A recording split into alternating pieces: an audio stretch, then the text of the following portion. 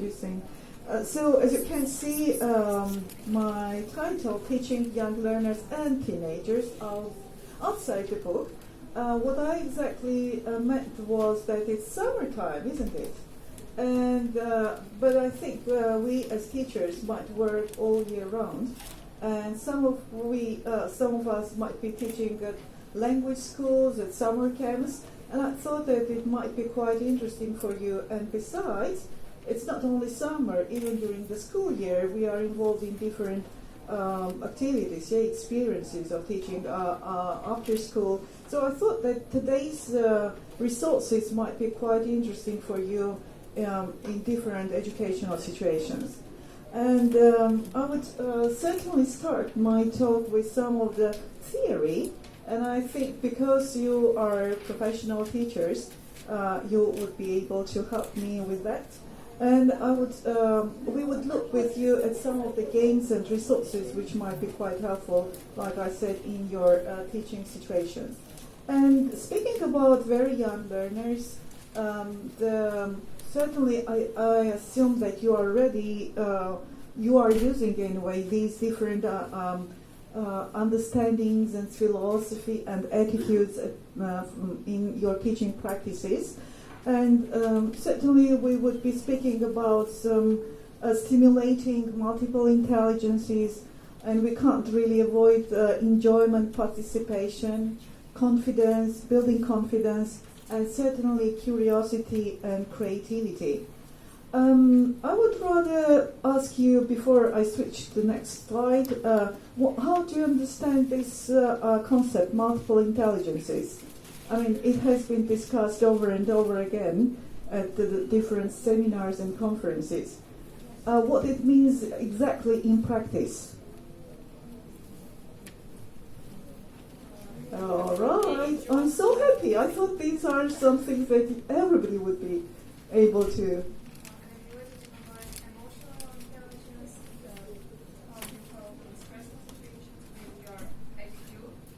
IQ with young learners. All right, one more try attempt.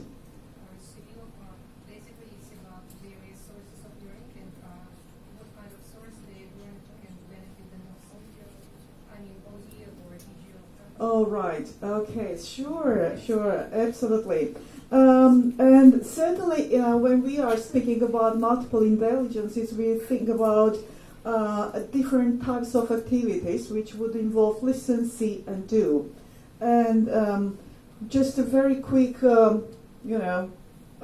personal experience. When I was studying at university, I have been studying actually English all my life. But at university, I had to study German as well. And the first year when I started studying German, I was, quite discouraged, and I couldn't understand what's wrong with me. I mean, I used to speak Armenian, Russian, English all my life. I mean, I should be, not desperate to study another language. And then I realized that because of the approach was different, something that we are used to say, устный водный курс. Yeah, so that was quite a torture for me, because it seemed to me that just listening was not enough for me. I needed also to write, and I also needed to see the text. So that was my main problem. Now I understand and I feel confident. Okay, so you just need to work hard. It's fine, but also you have to understand that your brain works and memorizes the information in different ways, yeah, and you have to really help your mechanism, let's say, to work effectively. Okay, and speaking about different activities, we can't really ignore activities which are good in every situation. And especially when speaking about teaching young learners and teenagers, these are story, songs, and TPR activities. And as these all activities integrate language into natural context, yeah, while you study grammar, vocabulary, all right, how they are used, yeah, in the context. And that's when it comes to understanding and then that's when the students would be able to use the language in a natural context. And besides, when you are singing, you are creating different atmosphere in the class, yeah? You are taking away this tension, this anxiety. And certainly TPR activities are those, as we said, that help movement and writing or drawing. It is anything that is connected with movement and motion, and it would also help to memorize the language. So here is just one of the examples, and the book certainly might be different, and being representing Cambridge University Press, it would be absolutely strange if I don't speak about the books anyway. When we are speaking about, for example, songs, we are activating the language in a more enjoyable way, yeah? And music also helps to memorize. Sometimes you listen to the song and start singing, you don't know why, yeah? And it's everywhere with you. And probably the same things happen with the children, and they feel, happy to sing the songs. And movement and enjoyment and songs are also encouraging, when the students are coming to the class, they are used to be the center of the universe in the families, yeah? And here you have to teach them to be good friends, to help each other, to cooperate. So these are different aspects of activities that you can think and develop. It is not only with one purpose. How do you use songs? I would rather make this an interactive, but I know my time is so short that I'm going just to very quickly move on. But I hope, and I'm absolutely sure that most of you have got different techniques how to use the songs more effectively. And if it was an interactive workshop, then it would have been certainly more beneficial for everyone. But I would just say some of the tips here you can see on the slide. Line by line, for example, the students can take the microphone and sing each line, so everybody is involved, and it's also, singling out from the company, from the group. Get on your feet if you are teaching certain sounds, long or short. Yeah, you can decide when they can stand up when there is long sound, and sit down when there is short one. And circle it when you are learning some vocabulary. They circle the vocabulary in the lyrics, in the song. And bingo game is also something very familiar. I think most of you are using or touch the word. And here we have got an example from one of our course books. And it's, for example, here you have got the routine vocabulary, yeah? So circle the word. And most of you might be also involved in preparing for Cambridge qualifications. So this is one of the exam types as well, yeah, to check the understanding by writing words or by circling or tracing. So these are very useful. It's not only, checking and assessing, it's having fun and developing their language confidence. The other song might be more challenging because what you can do, you can cut the lines, yeah, and you can make these tasks more challenging or less challenging. For example, they can get together in groups which you divide. And by the way, dividing into groups is another challenge. The first year I was teaching at school, I didn't know how to manage that effectively, because there is always a group of students who are very friendly and the others are kind of outsiders. How do you do that? And now I'm quite confidently using both with the small children, with teenagers and adults. Whatever language we are teaching, for example, it might be environment, it might be fruits, it might be, nature. And for example, say, could you please, depending how many groups you would like to have in the class or in the group, you would say name, for example, 5 or 3 names of fruits. Yeah, cherries, pears, apples. So people, students will, and those who are apples, you will get into one group. cherries in another group, and so on. Or whatever the student's name. It is on one hand you are brainstorming what they names they can. You can activate the vocabulary, and the second that you are dividing all the time into groups, which is kind of naturally done, and they are working quite well together. So what you can, coming back to this song, you can cut the lines, and if you want to make it more challenging, they would work on what is the sequence of the lyrics, the songs, and then after they have done it, you can switch on the song. And to make it easier, they listen the song and they do it. And to make it even easier, after they have listened, the first time, they try to arrange the song, and if it is not enough, they can listen the second time. So there are different approaches and ways how you can play with the kids. And here is just one example of bingo. Like I said, you can put the words, you can dictate the words, and they would write it either horizontally or vertically. If somebody finishes, they cross and then stand up and shout bingo. Okay, and you can play with different vocabulary anyway, and it might be even part of the grammar. Stories, like I said, are also a wonderful way of using the understanding how the language works in a natural context. And here you have got ways how you would be able to build and develop their different skills: prediction, repeating certain language, helping them to interact and contextualize the language, engage them, and whatever you do, the outcome would be fun, and it would be learning experience anyway. How else do stories help?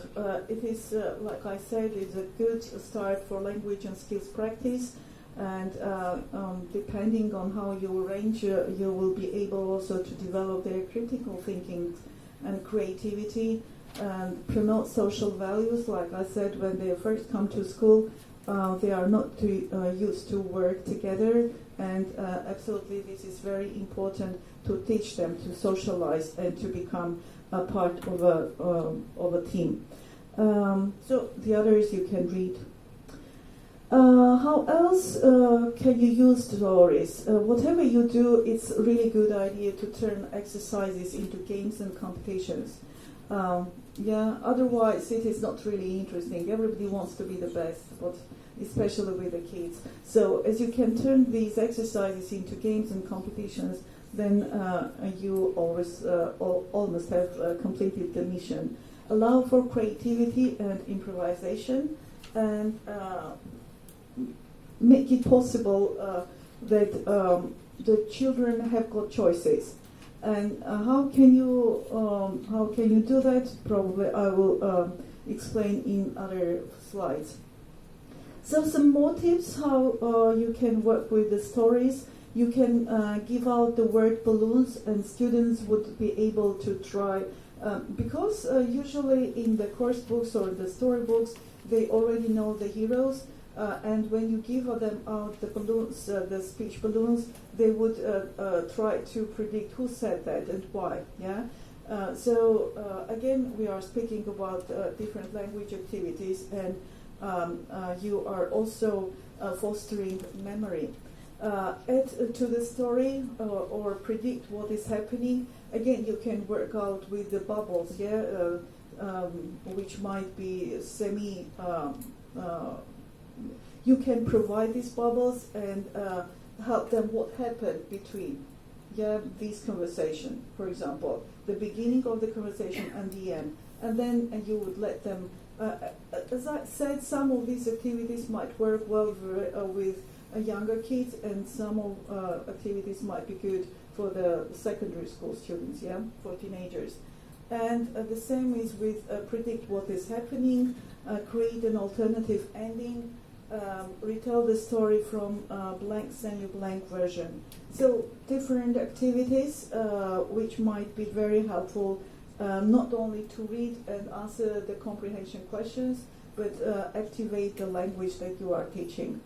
One of the authors, this sounds a little bit funny because we have got one of my colleagues today. Guess what? Guess what? Okay, so the author, we have got a primary course which is a guess what, and the author Susanna Reed said that underlying aim in teaching young learners will always be to help them develop their personalities. Yeah. So besides language learning, we need to complete other tasks as well. So when I was speaking about helping children to become more confident in using the language, probably content and language integrated learning is one of the best ways, yeah? Because whenever they are completing any project, they are working in teams and they are learning how, where, why, and they are always creating something which they might be quite interesting in mathematics, in physics, in literature, in biology. Whatever, it is always also helping them not only to learn the language, but you are also fostering and developing their cognitive skills, yeah, like sequencing, classifying, making deductions, and ordering and sorting. Children are natural explorers. This is one of the main, I think, characteristics of children, yeah. And integrating mini projects is just one of the perfect examples. On one hand, you are providing choices. You are not really, you have got the glue, the paper, the colors, and the shapes there, and it's all up to the children to choose between these colors, shapes, and what they would be creating. So mini projects are just wonderful ways of developing their cognitive and creative skills. So here is another example: make a mixed color painting. I'm sure it would never repeat itself, yeah, because their choices would be quite unexpected ones. It's about not only about learning the names of the animals, pets, like we usually teach, my favorite animals, but you would be able also to help children become more proficient when language and content are combined, using, for example, here, RC animals symmetrical. So this is not absolutely English, is it? It demands some other type of knowledge. And guess what? Has got just wonderful video clips. Again, my colleagues during the day have talked quite a lot how useful videos might be in teaching experiences. Yeah. So these wonderful videos are a start point on accumulating the knowledge which later the children would be able to use in their project work. And another one, where do people live? Again, you have got like countryside, village, town, and city, the names of the words. All right, you know the grammar, you know the vocabulary. What's then? How can you really use it in your speech? And here is make a mind map for a town or a city. As you can see, it will demand quite a lot of teamwork, yeah, to create a poster and to use activate the language. And this one is my favorite. Another example: what can you see in a landscape painting? Again, the same about nature, but what really I like the outcome is about creating a fact file. Like here, we have got river, sea, waterfall, and now watch a video. And what can you see in the landscape paintings? We are now starting to speak about art, about Van Gogh, and about plants. Yeah. So the outcome is absolutely marvelous, I think. Yeah, and they start learning and speaking about art. It's not only about lakes and rivers and forests. And there is just this wonderful video, yeah, from National Geographic, which would be absolutely helpful in fostering their image and their understanding about different types of landscape art.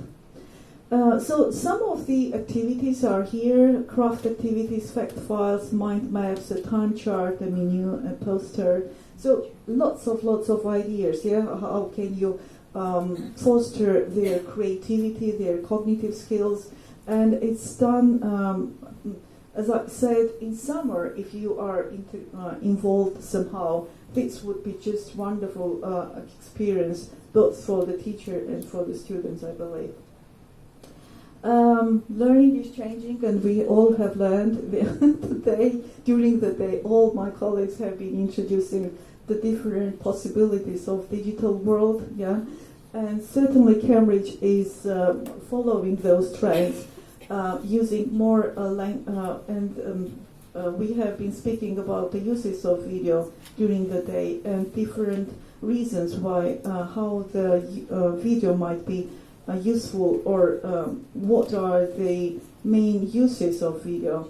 And one of them is stimulus and resource. And when we are speaking about projects, we can't really expect that our children would know about landscape painting, for example, yeah? But when we have got these video clips, they would help us also in that respect as a stimulus to understand the topic, to be able to speak about the ideas. Here is just one of our wonderful books, which is written by our authors, Ben Goldstein. By the way, this is making advanced promotion. He will be in St. Pete in next week. And if you are, how many people are from St. Pete here? Okay, great. You can go. Actually, he's the author of this wonderful book, Language Learning with Digital Video. It's absolutely interesting. I was in Moscow yesterday with that presentation, and it's quite exciting actually. And here are some of the teachers' views on why use video and what are the advantages of using video. And certainly here are just some more examples. Video is a perfect way to excite and interest children in academic content. Yeah, I think when the video clips are done well, then these clips can be quite exciting and encouraging for future projects. Speaking about the digital world, certainly we have got Presentation Plus, we have got mobile, and we have got ebooks which work well with iPads and tablets, different types. And again, I'm going back to summer activities.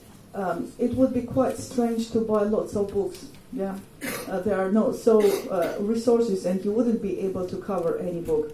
But how can you really use the video without having internet connection or without having being online all the time? There is this wonderful resource which is a part of all Cambridge books, and it is called Presentation Plus. As you can see, all these books are in one place. It is just amazing. Video, audio, photocopiable materials. If you can get just one resource, this is going to be your digital resource, and you have got everything in one place. And you can provide this wonderful summer camp just having only one resource, because everything is just in one place.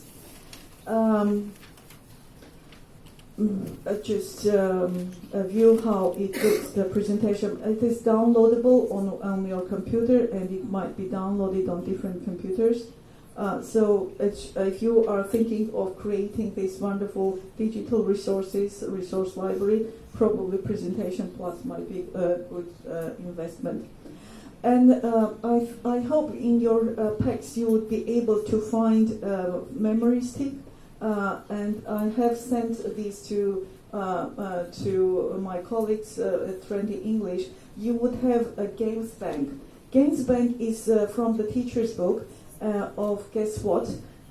It is just one level, and it offers lots of ideas how what types of activities, what types of games you can use. with teaching at primary school level. Just a couple of pages there, just only games. Going back to Presentation Plus, if you are willing to make the activities interactive, it is possible. So great way to play and to learn the language and vocabulary, and also to develop other skills. And here we have got, I don't know why this slide is a little bit strange, but actually it is not a cross, it says captivating real-world images. Actually, tap into natural curiosity and spark interest. It does. And cross-curricular content supported by video improves proficiency across content areas. And sometimes we as grown-ups, it's kind of difficult to start to speak about this topic, yeah? But then when there is a film, then it makes it easier to generate ideas and to start, creating a project or any other activities. Okay, speaking about the small kids, it's Super Safari and all these books have got Presentation Plus. Like I said, if you are involved in after-school activities or in summer camps, please think about it that it might be just in one place on the Presentation Plus. Speaking about teenagers, we have got, by the way, again Ben Goldstein, the author that is going to visit you next week.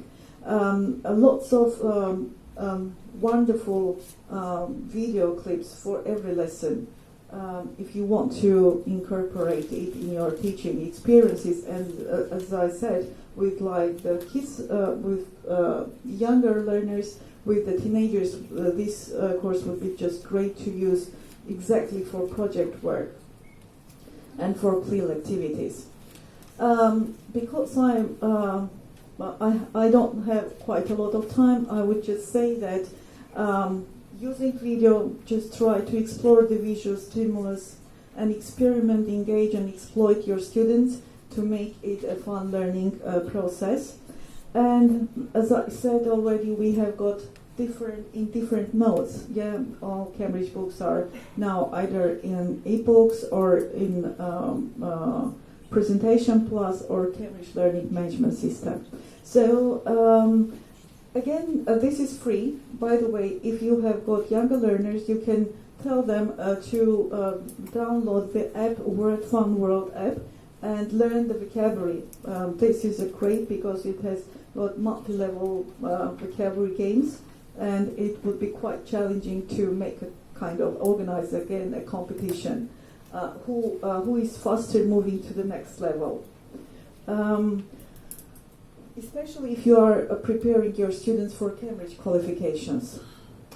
Some great titles, my favorites are here, CLIL activities, 5-minute activities. It's always something, even if you are teaching for everyday situations, we always need ideas. We always, like we said, need to introduce variation, and here we have got lots of ideas to do that.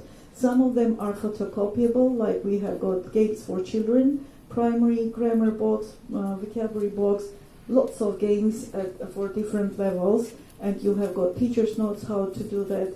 Some more games for teenagers, and they have got like multi-level, yeah, because teenagers studying English, they may be at A2 level, B1 level, or even higher, and you have got the same activity for different levels, which makes things really easier, yeah, if you have got mixed groups of students.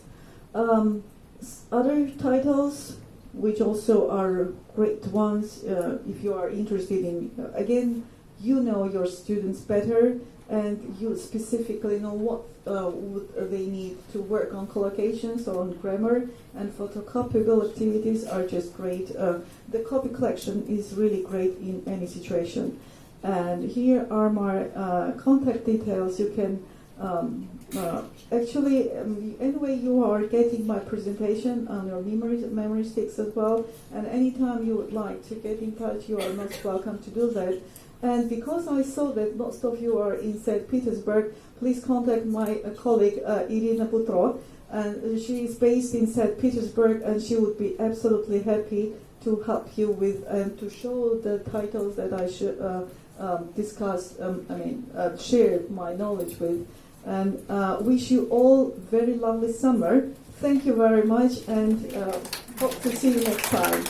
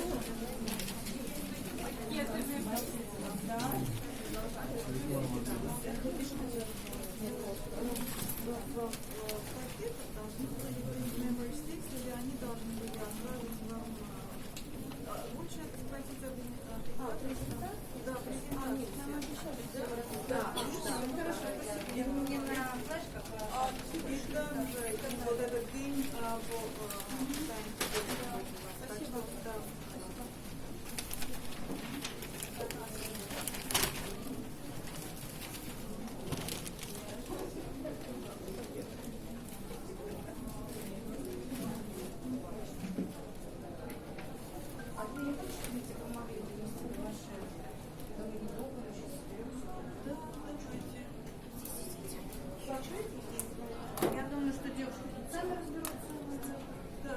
Ты можешь презентацию закрыть? Ты ее закрыла? Так, memories. Понятно? Это. Это оставь. Это не memories. Сейчас просто я закрою презентацию.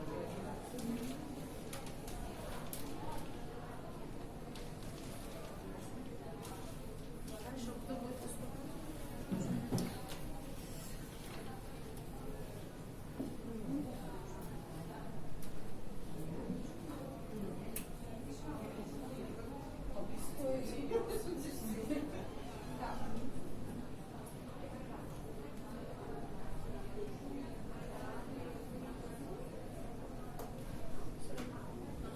А вы как-то заявлялись, что вы будете? Я не знаю, Сертификаты для спикеров есть же? Да. Ой, вам не выдали. Нет, выдали, не сфотографировали и вообще. Нет, сфотографировать и сфотографируют. Так, давайте тогда, подождите, сейчас я позову фотографа. Да ладно. Подождите, пожалуйста.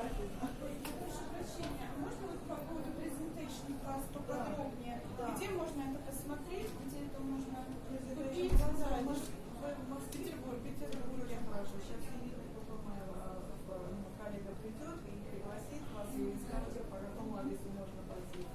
Идите сюда, пожалуйста. Или презентацию включить надо. Презентацию сейчас Да. включим. А это ваши уже, да? Нет, это не мое. Это не ваше. Я про то, что это уже следующее. Давайте тогда просто вот так ставим. Давайте вот здесь. Чтобы не отсвечивала презентацию. Чтобы не отсвечивать.